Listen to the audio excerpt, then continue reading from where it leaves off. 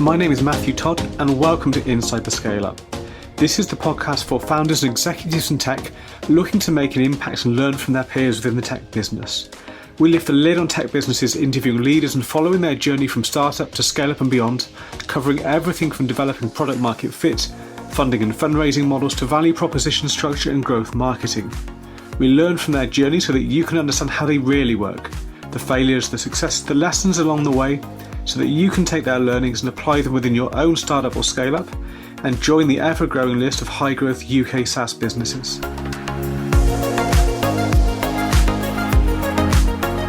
Hey, welcome back to the podcast.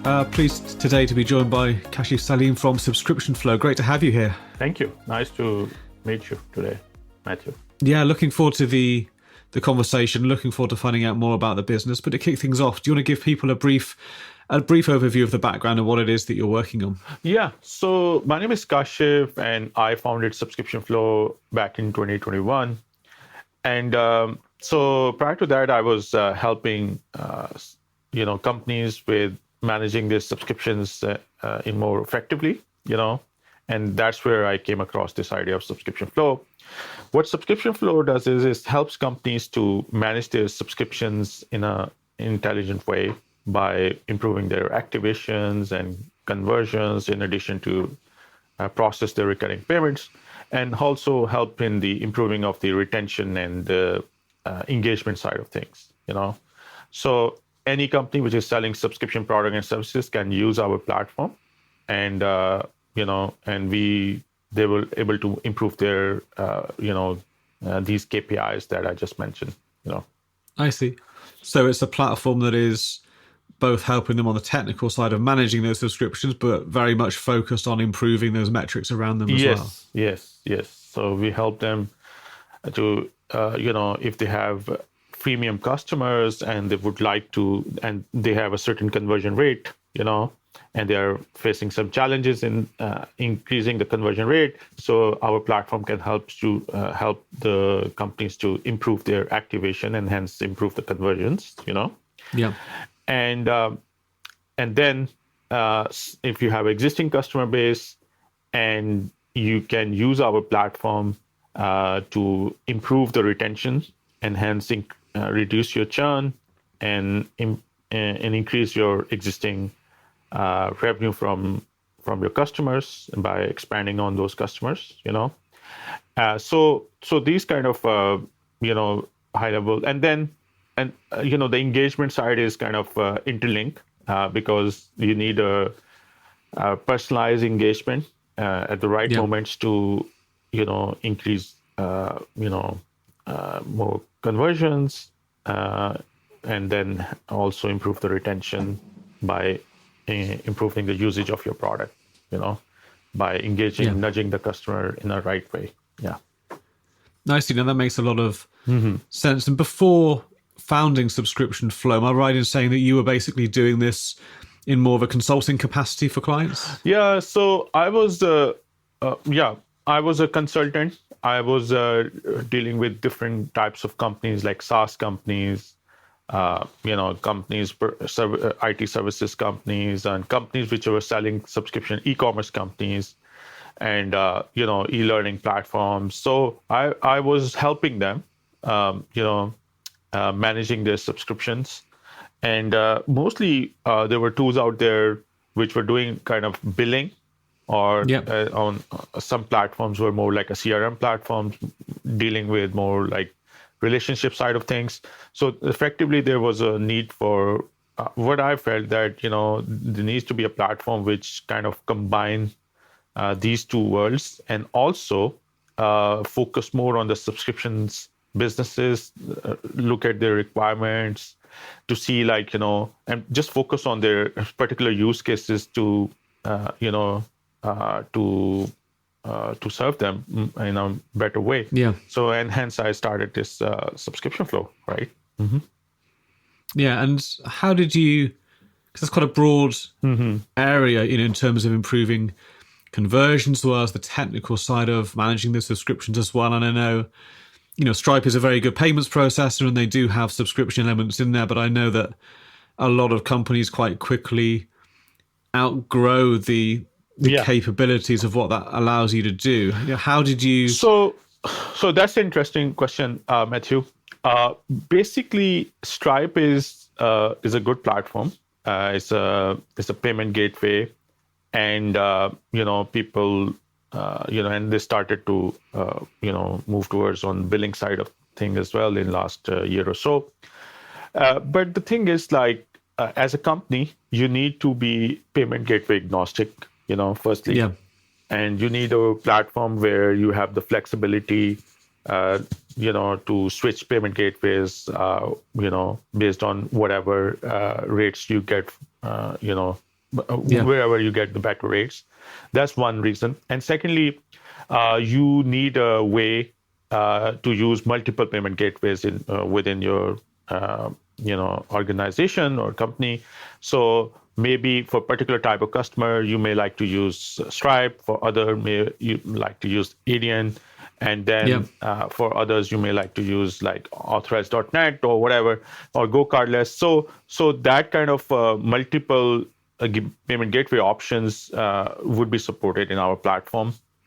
And again, the point is like more flexibility, more choices. You're not tied up with any particular payment gateway, and sometimes payment gateways, if you have a chargebacks or something, they suspend your accounts and stuff. You still need a hedging in place to move to some other payment gateways and so on the fly. And those are some of the things. And also, they are not geared specifically for the subscription businesses. That's kind of where our platform would serve better.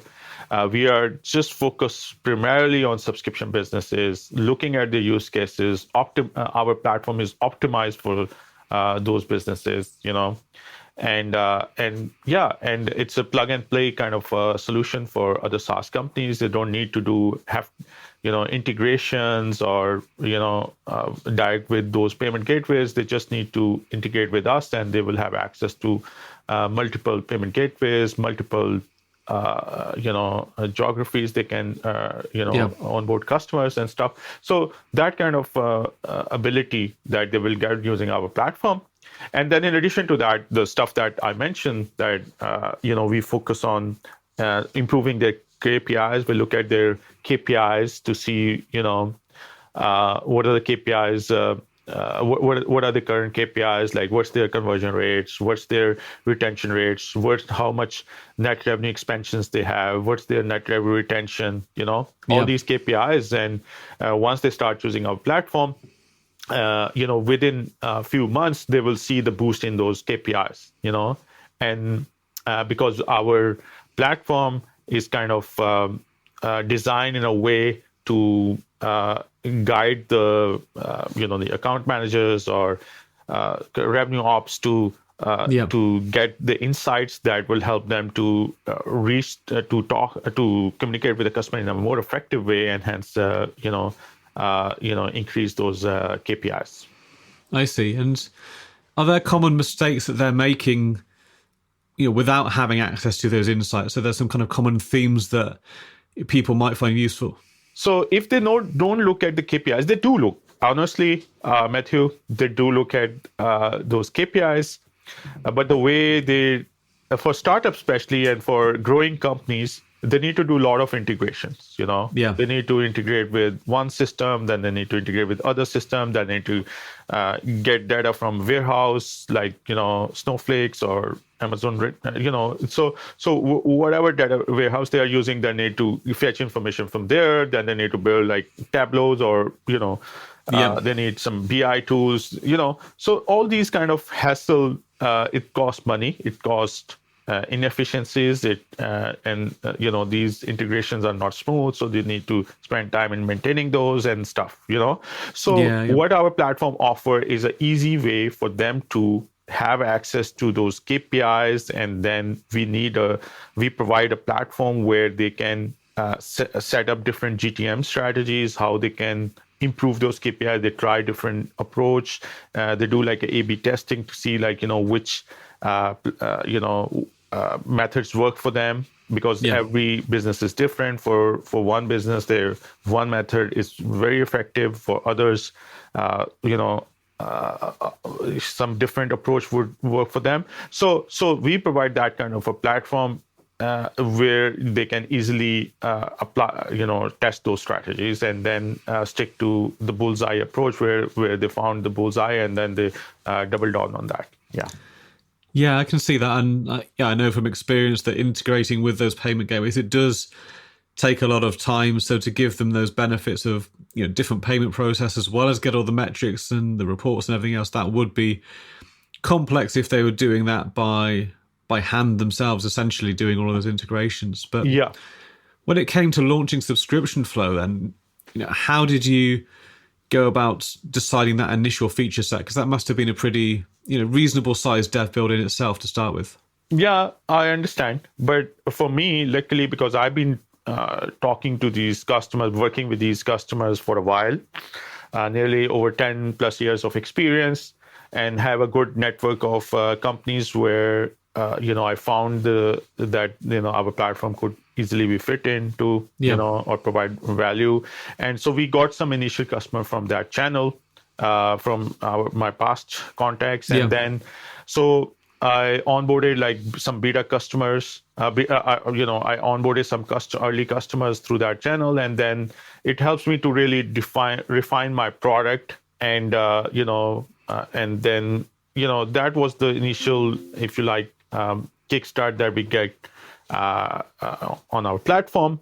And then once we have that iteration going, we build like small features, and then we show to the potential customers, and then get some feedback. And then my approach was to onboard with a minimum functionality some early customers, and then gradually expand on the feature set as our product being used, and those use cases are being discussed with our customers to see those make sense in terms of their business context and stuff. So that was kind of approach I ventured on. Yeah, I see. So you had that client base already, and were therefore able to carve out something pretty small that you would add value, but there was still quite a potential for other improvements to go beyond just that initial release as well. Yes, and slowly and gradually we build on. First and foremost was the flexibility that they required in the platform, because most of the billing platform were rigid platforms. Certain if they need to do certain actions, or you need to implement certain business processes, those business processes were not being catered, and hence there was frustration within the businesses, the early businesses that we targeted.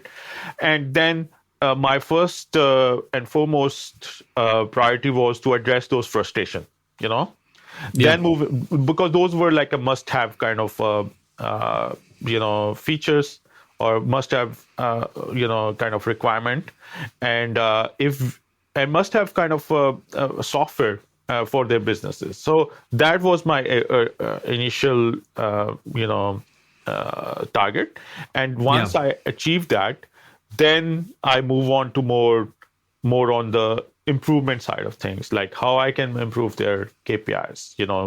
Firstly, show them the KPIs that they are looking for in our platform, how easily they can access to those KPIs, because once they have a KPI, they can see the KPI. And then the next stage is to, they can start seeing since the adoption of our platform, how these KPIs are boosting up, and so that will give us a good business case, and that, help us to, win new customers when we show that, okay, your peers have used our platform, and they, increase their, KPIs by X percentage, and if you use it, you would,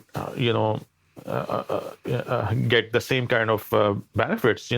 So those are the things that really help us early in our customer onboarding. I see. So in many ways, showing them their KPIs giving them that insight is enough to get them interested in using the platform, because then they can see how they compare to other similar types of businesses. Exactly. And those, getting the KPIs is what they didn't have, actually. As I mentioned before, they had to go through a lot of pain to get an accurate way of getting those KPIs.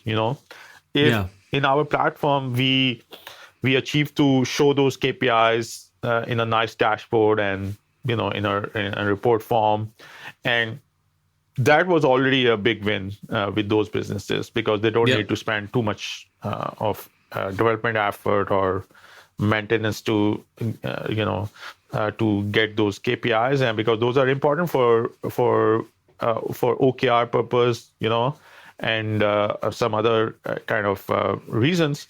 To get the pulse of the business, they get it right there on the dashboard. And then second stage was, okay, how how our platform can boost those KPIs, and that was the second thing we focused on.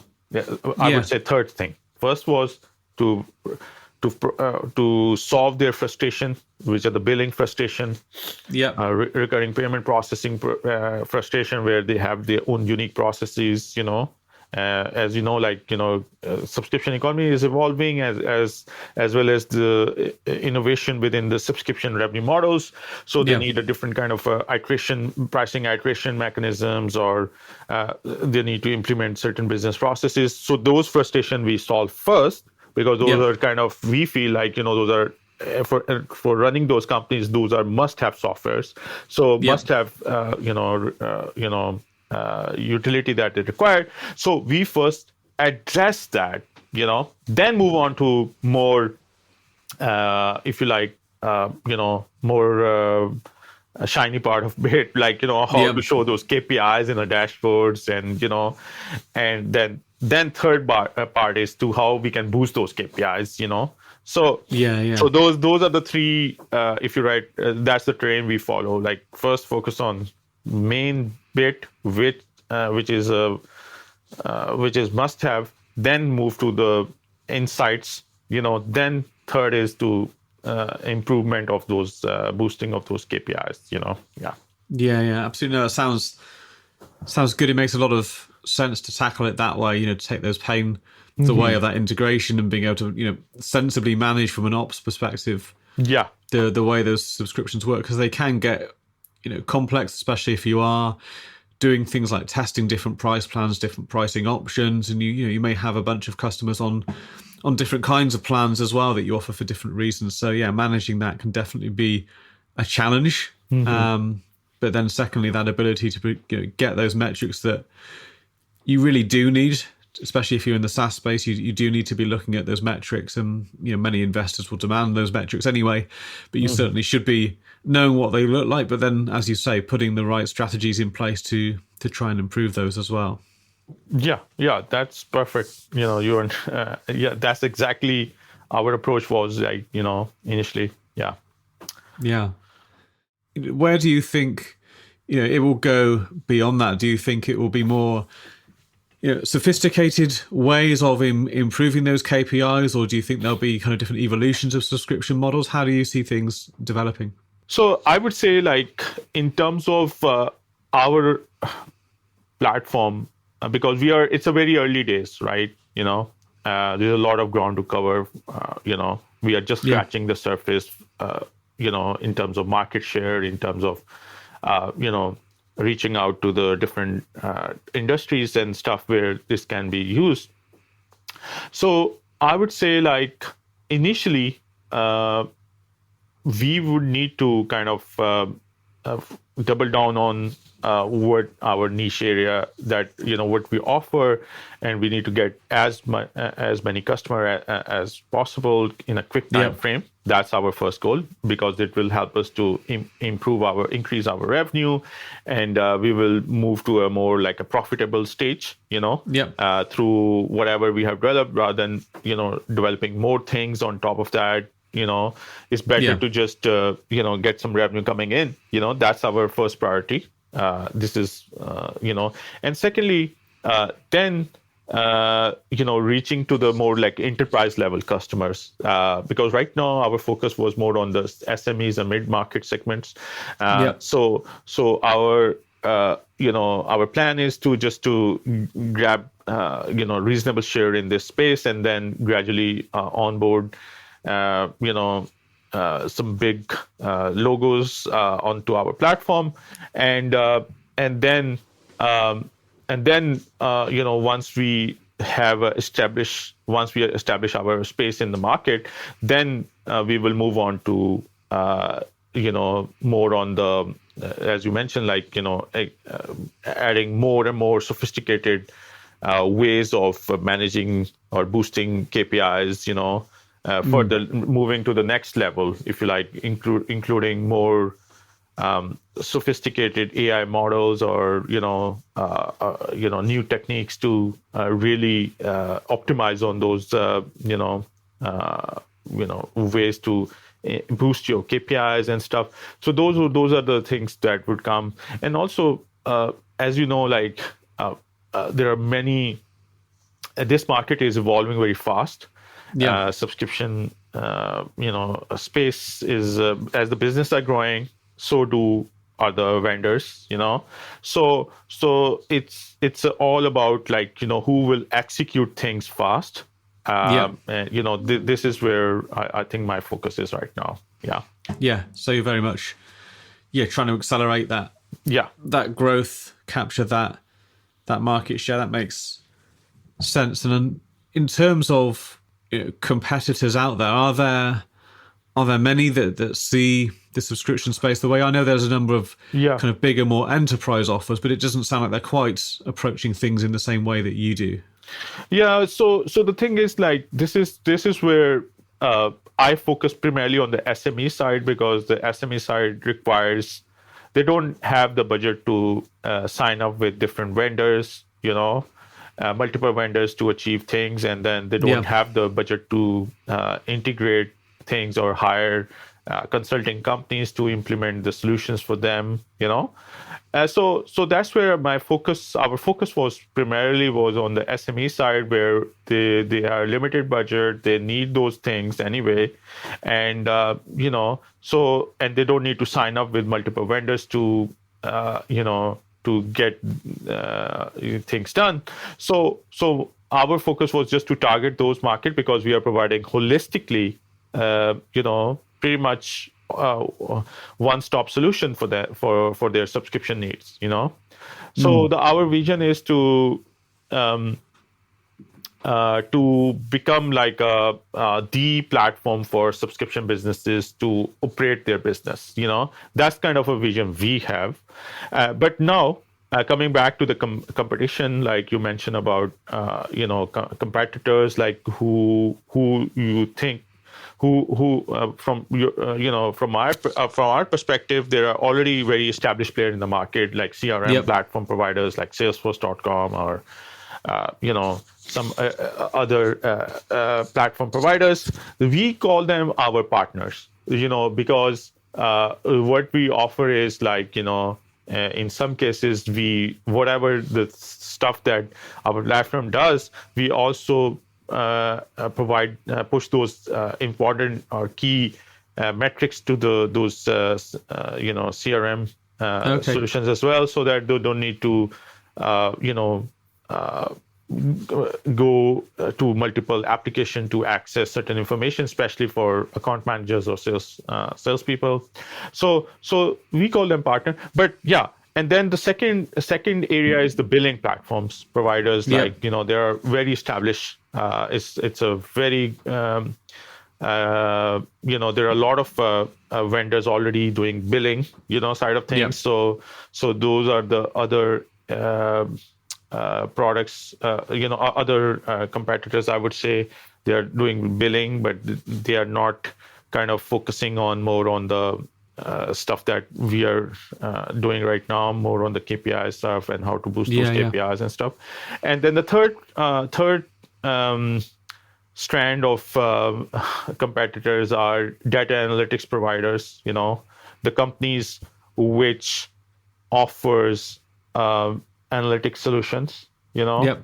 those analytics solution providers, there are a lot of innovation going on in that space as well, where they are building like low code platforms to, do things easily. So there's a lot of innovation going on. And then they're also building some kind of an integration with their, key, with the key products within their ecosystem to achieve that. So that's the third strand of competitors, we call it. Yeah. So what I would see is like they are targeting different areas. There are different type of customers. And we are not we try our strategy. We are building our strategy so that we don't overlap too much with those competitors. We build our own niche. We build like our own category where we are focusing for companies where they are looking for a solution. Especially for companies where they don't want to have multiple, they don't need to sign up with multiple vendors, and they don't need to spend integrations, and stuff like that. So we are kind of carving our own way to address the pain points that subscription business focus. And also, if you look at CRM providers or data analytics provider, they are generically solving the problem, not specifically for subscription businesses. So we discount that for billing platforms. They are focusing on subscriptions, but then we are providing the flexibility that the new modern subscription businesses require, and also the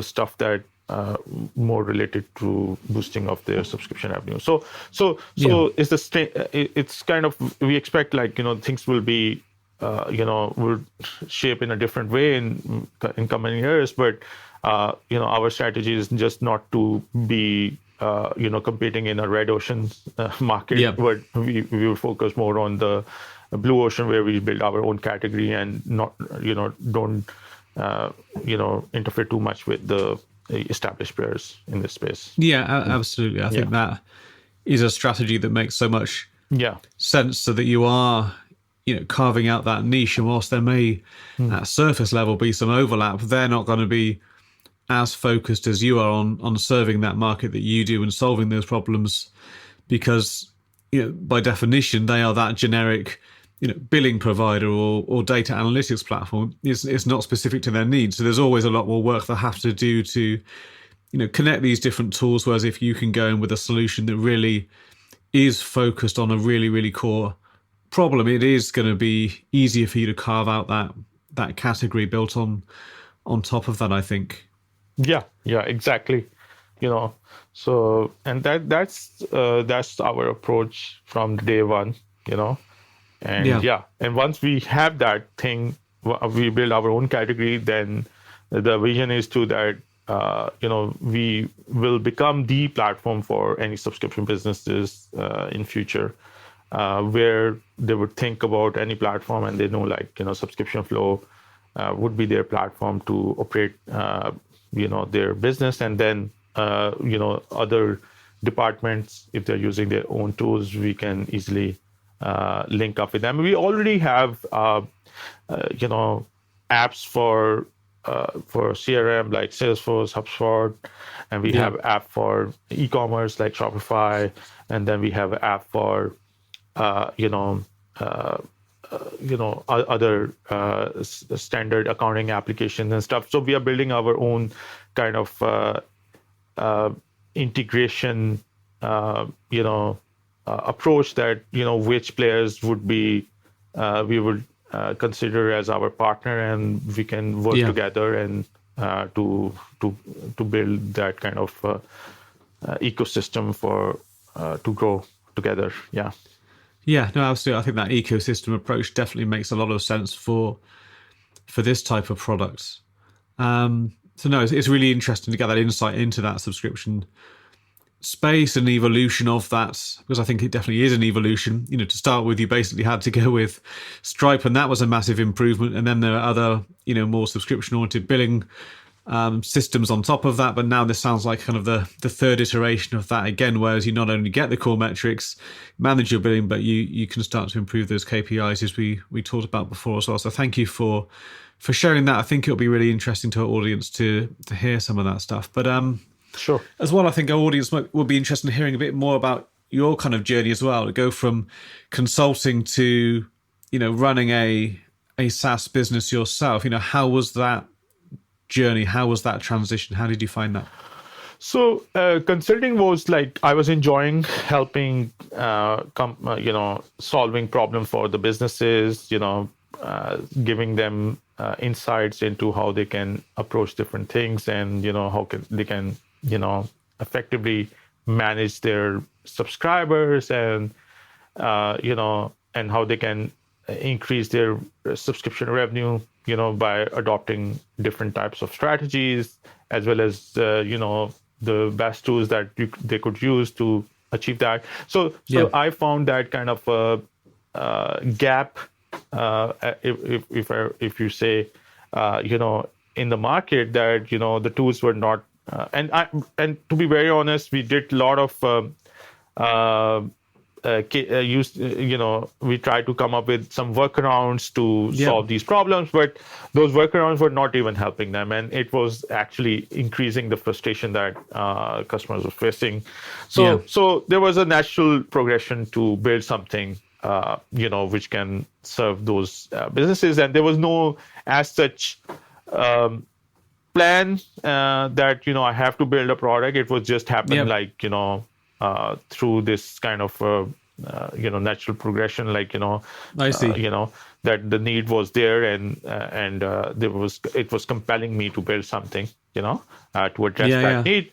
So, and then secondly, once I started, because I was doing full-time consulting, and then this is a side project that I started off, initially, and started building a product, talking to the potential customers and asking them, and showing them what, I was building, and getting some feedback. And then those are the early adopters, if you like, they were the ones, because it was not an easy decision for them to switch to some new platform, because they were running millions of dollars,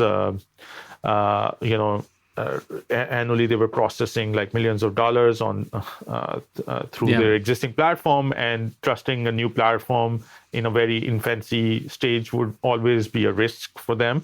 But those were the early adopters, I would say, because they took that kind of trust in me and in my product to come on board, and that's where I started focusing fully on subscription flow. Then once those initial transition happened, and though that transition, and I was getting initial feedback that the product is really what they were looking, and they addressed the frustrations they have, and I was kind of following the same kind of approach that Uber followed, because you need to look at the frustration of your existing solutions to see how frustrated the people are, how satisfied the customers are with their existing solutions.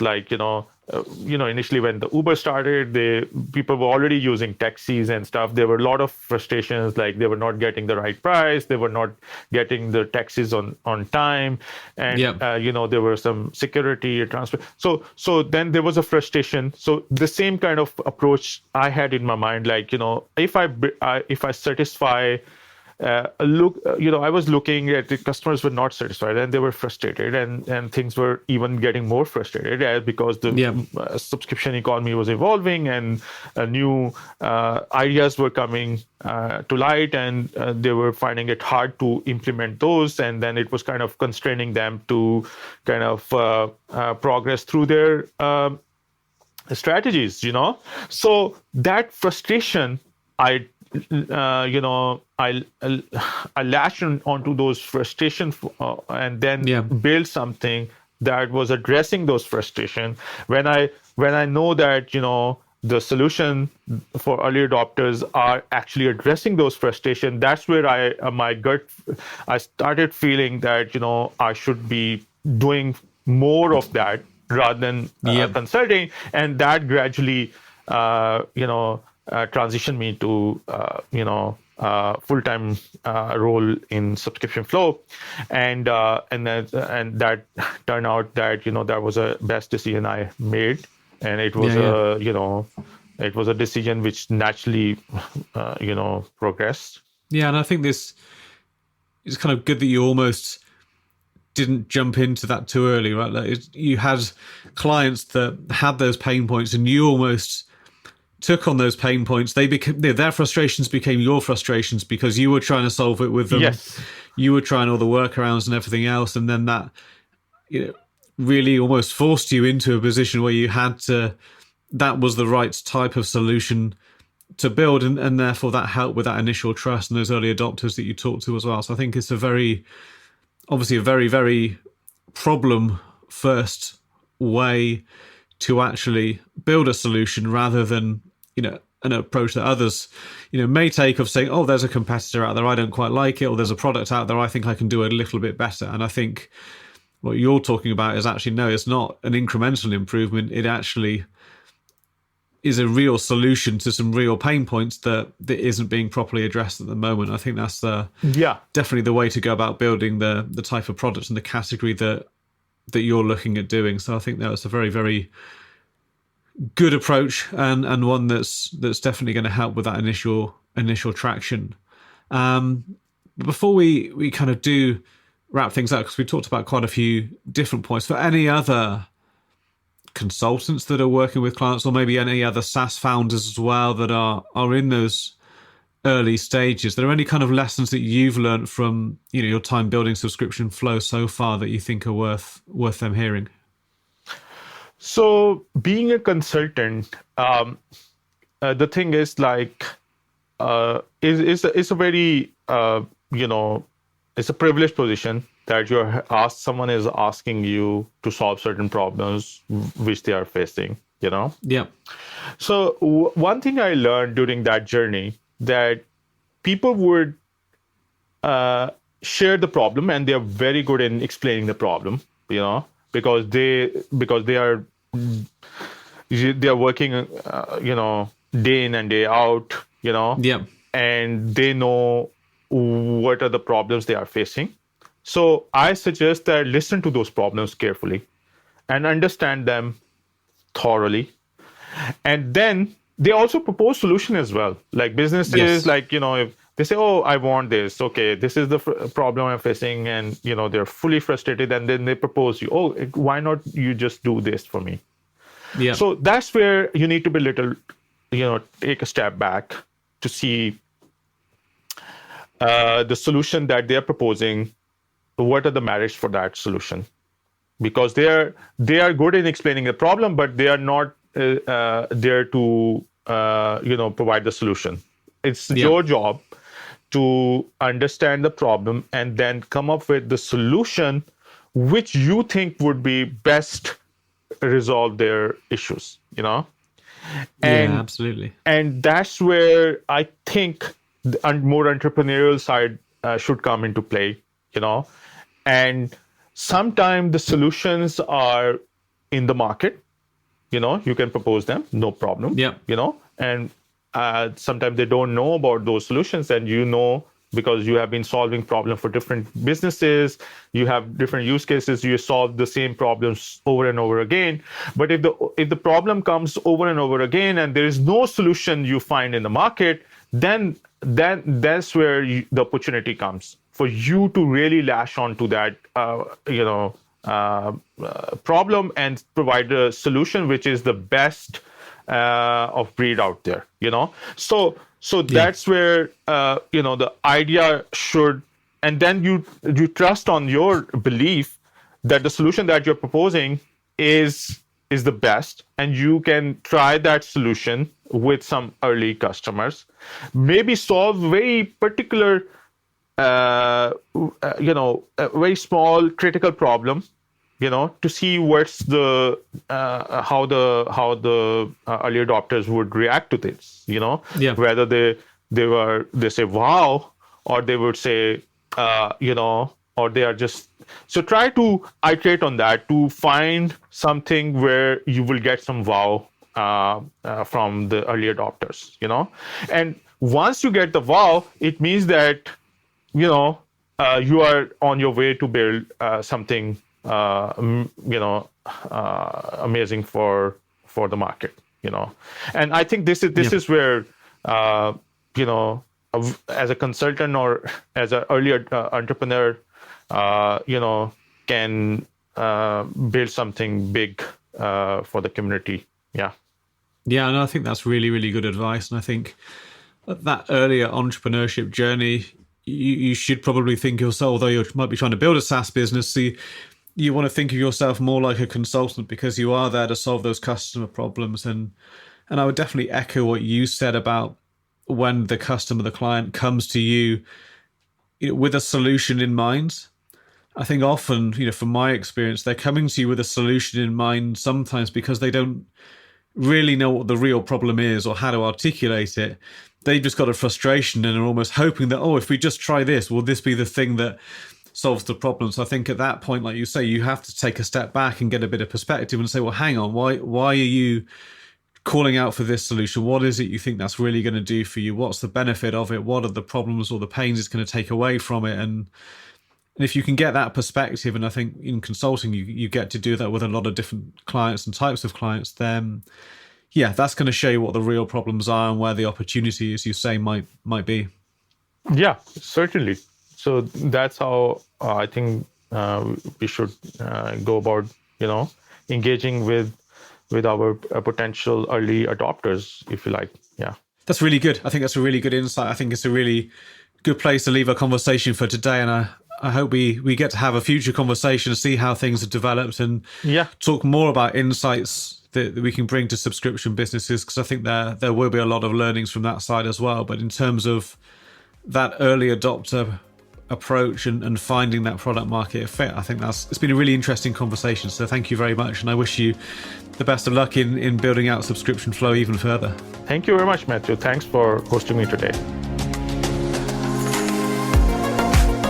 Thank you for joining me on this episode of Inside the Scale Up. Remember, for the show notes and in-depth resources from today's guest, you can find these on the website insidethescaleup.com. You can also leave feedback on today's episode, as well as suggest guests and companies you'd like to hear from. Thank you for listening.